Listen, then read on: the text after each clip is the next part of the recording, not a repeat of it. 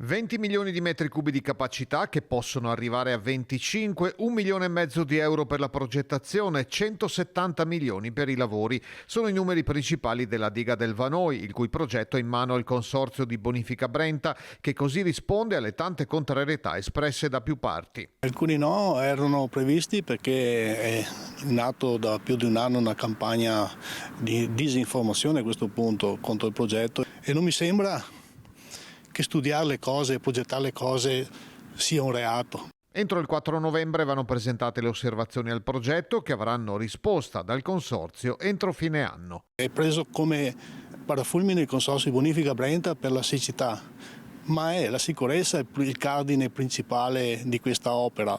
L'intenzione è di usare l'invaso del Vanoi come bacino di laminazione, fonte idroelettrica e serbatoio per le pianure del Medio Brenta. Nella lista del Ministero delle Infrastrutture l'opera non è inserita tra quelle urgenti e anche dalla provincia di Trento e informalmente dalla Regione Veneto arrivano dei no ad un'opera che il Consorzio considera invece importante. La politica rincorre i voti purtroppo.